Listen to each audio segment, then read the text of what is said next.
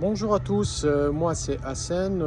Aujourd'hui je vais te partager les 5 leviers dont j'ai parlé la dernière fois sur ma petite vidéo. Les 5 leviers qui amènent du plaisir dans nos séances d'EPS. Ce plaisir-là, cet argument-là qui est encore une fois le pilier est essentiel pour que les élèves soient toujours au top dans leur séance. On commence par le levier 1. Si tu veux engager, donne le choix à tes élèves.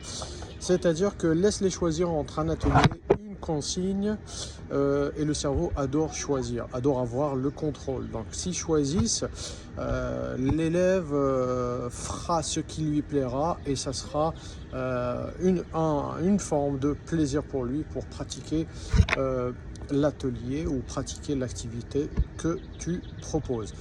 On passe tout de suite sur le levier 2 qui est la réussite. L'élève a besoin de réussir.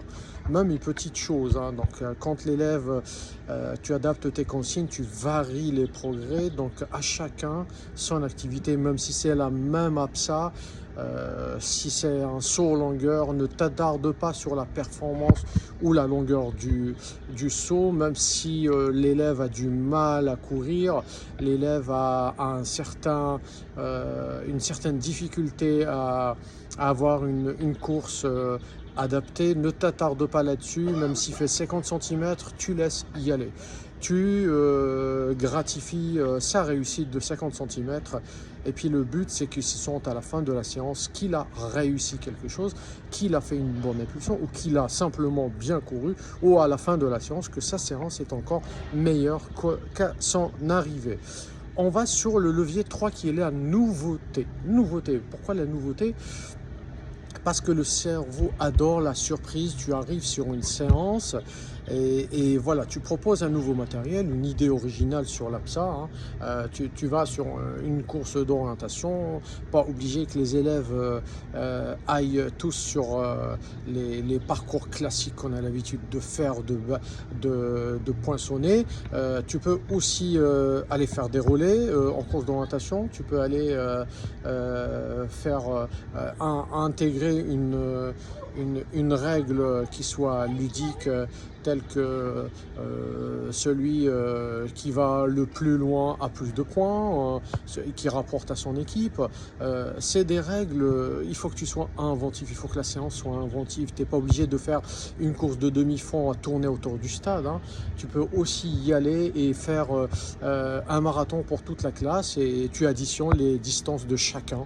Chacun peut faire la distance qu'il veut et à la fin on additionne toutes les distances et le but c'est d'avoir un petit 42 km. Ça je te dis ça parce que je l'ai fait. Hein. Je l'ai fait avec des secondes, je l'ai fait avec des terminales, des premières et c'est vraiment, ça tient vraiment sur une heure et tu vas voir que les élèves arrivent à faire un peu plus de 42 km en additionnant. C'est très très important ce levier là. Le deuxième c'est la coopération qui nous amène sur ce levier là, la coopération. En fait l'élève n'est pas obligé d'être top. Tu n'es pas dans un club où la performance est là, où tu demandes à ton gars de faire une 30 ou une 35 au 500 ou à sauter 5,60 m. Hein, ou à faire des dunks au basket. Hein. C'est pas le but. Le but, c'est vraiment de coopérer. C'est que tout le monde y arrive ensemble. Tu peux mettre des défis ensemble. Tu peux changer de règles. Hein. Moi, je fais ça, par exemple, au foot. J'intègre la règle. La fille n'a pas, il n'y a pas d'hors-jeu sur les filles. Les filles, le score de l'équipe ne peut être validé que si la fille marque. Et du coup, les garçons sont obligés de passer, de faire des passes et de faire jouer les filles pour qu'elles marquent. Et tu verras qu'à la fin de la séance, tout le monde est très très content. Filles comme garçons sur une séance de foot. On arrive sur le dernier, le jeu, hein, le jeu qui nous amène à une séance, le jeu c'est très très important. Et évite les séances analytiques où tu es obligé de faire comme on faisait dans le temps, et puis le jeu commence directement, un petit échauffement par jeu, commence directement à jouer directement, commence à faire de tes séances d'EPS des séances de jeu. de jeu et tu verras que tes élèves vont revenir et tu gratifies ce qu'ils font et tu gratifies et tu vas voir que tout le monde va s'y plaire. C'est très très important. Je récapitule ces 5 leviers. Donc on avait dit le choix, la réussite, la nouveauté, la coopération et le jeu. Donc tu veux aller encore plus loin dans tes réflexions. J'ai rédigé un e-book qui explique tout ce que je viens de dire là, avec des témoignages d'élèves, d'anciens élèves. C'est pas pour me gratifier moi, mais pour dire que j'ai su un peu ce que je faisais dans mes séances et mon indice, c'est que les élèves reviennent à chaque fois et même des élèves qui sont très dispensés ou malheureusement qui ne peuvent pas pratiquer, ils sont là dans mes cours. Hein. Ils sont là parce qu'ils aident à faire des tâches, à s'engager dans des rôles d'arbitrage, de coach et vraiment ils font ça avec plaisir.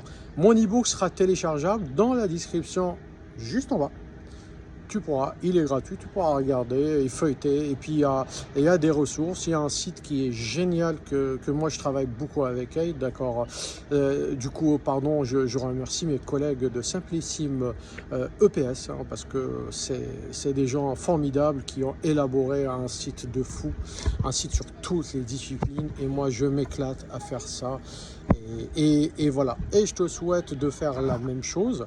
Et puis on se verra. Si vous avez des commentaires ou si vous avez aimé un levier, faites-le moi savoir en commentaire et dites-moi si je me suis trompé, quel levier tu voudrais changer ou quel levier te paraît beaucoup plus intéressant que l'autre, ou peut-être que tu veux changer un autre levier. Je suis tout oui. Allez, salut à tous et à toutes.